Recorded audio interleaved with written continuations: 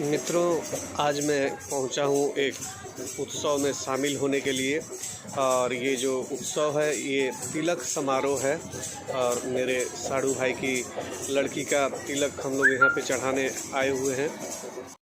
Hello दोस्तों, मैं दिलीप सिंह आप सभी दोस्तों का आज के इस नए वीडियो में हार्दिक स्वागत करता हूं। जी हाँ दोस्तों, एक समारोह में शामिल होने के लिए आया हुआ हूं और चलिए आप भी हमारे साथ शामिल होइए।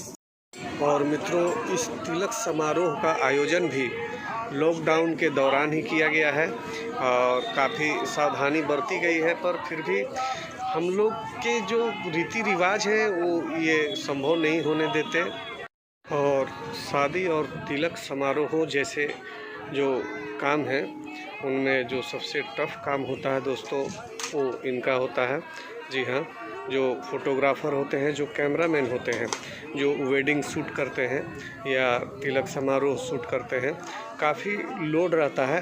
और सभी समारोहों से इन सभी समारोहों में इनके ऊपर काफ़ी लोड होता है। कोई भी रीति रिवाज छूट न जाए शूट करने से, तो इन पे काफ़ी प्रेशर होता है, काफ़ी दबाव होता है। और ये पहलू बदलते रहते हैं, कैमरे का एंगल तो बदलते ही है, खुद के शरीर के एंगल भी बदलते रहते हैं। और तिलक चढ़ाई की रस्म शुरू होने से पहले दुल्हन के भाई की तरफ से दूल्हे का पाँव धोआ जाना ये रिवाज में शामिल है।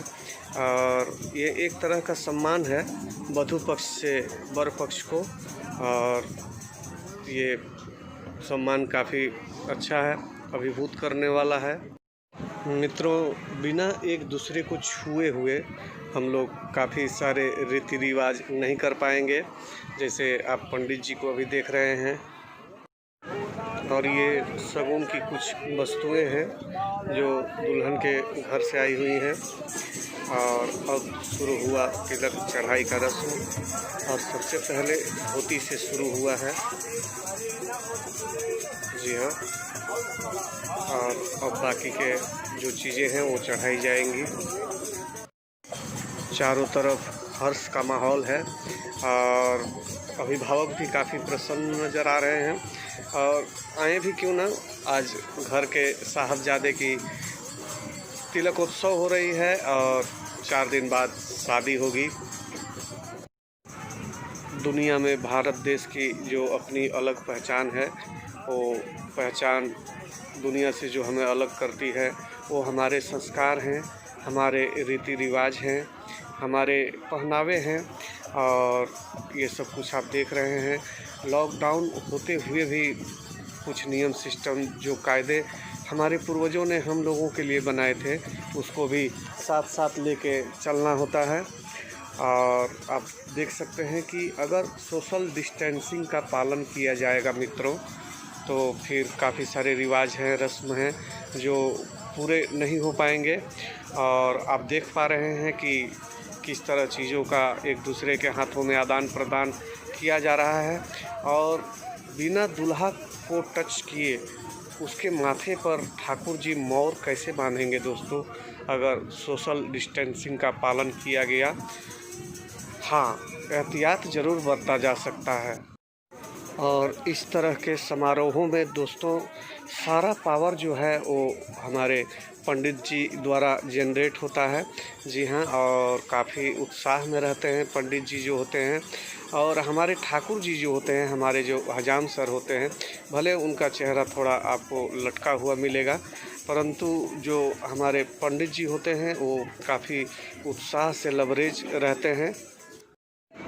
और दोस्तों, ये जो तिलकोत्सव है ये अपने चरम पर है और अब अंतिम चरण के जो रस्म अदा किए जाते हैं वो अदा हो रहे हैं। और ये वधू पक्ष के द्वारा वर पक्ष को शगुन का रुपया दिया जा रहा है, और ये शगुन मात्र है। और रस्मों रिवाजों की ये उत्तरार्ध की बेला है। जी हाँ, और जो भी रीति रिवाज हैं वो अब अंतिम चरण में है। और ये कुछ दान दक्षिणा का डिस्ट्रीब्यूशन हो रहा है पंडित जी के द्वारा, लेकिन अभी डायरेक्ट लेकर जेब में रखने वाली दक्षिणा ये नहीं है। और अब अंत में तिलक उत्सव की समाप्ति की घोषणा हो गई इसी जयकारे के साथ। और अब कुछ अंतिम कार्य रह गए पंडित जी के जिम्मे।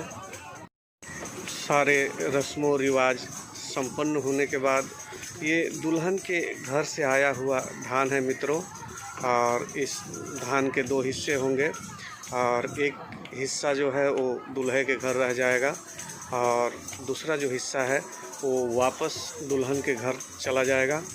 और मेरा अपना अनुमान है कि जिस दिन बारात जाएगी दूल्हे के घर से, फिर ये आधा धान जो दूल्हे के घर में रखा जाएगा अभी, उसे उस बारात में ले भी जाएगा। ये मेरा अपना अनुमान है और इसके बाद इसके बारे में मुझे कुछ विशेष जानकारी नहीं है।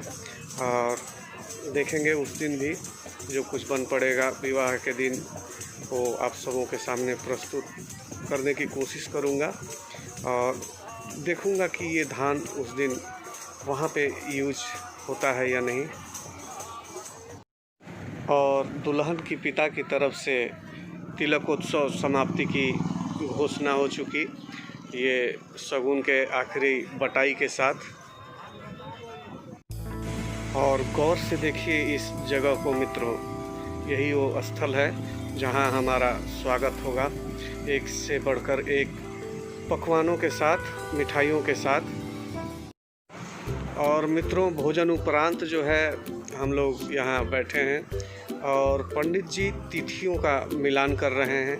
शुभ मुहूर्त, शुभ घड़ी पे रिसर्च चल रहा है और जो तय होगा सर्वसम्मति से वो इस पुर्जे पे लिखा जाएगा और उसी हिसाब से आगे बढ़ा जाएगा।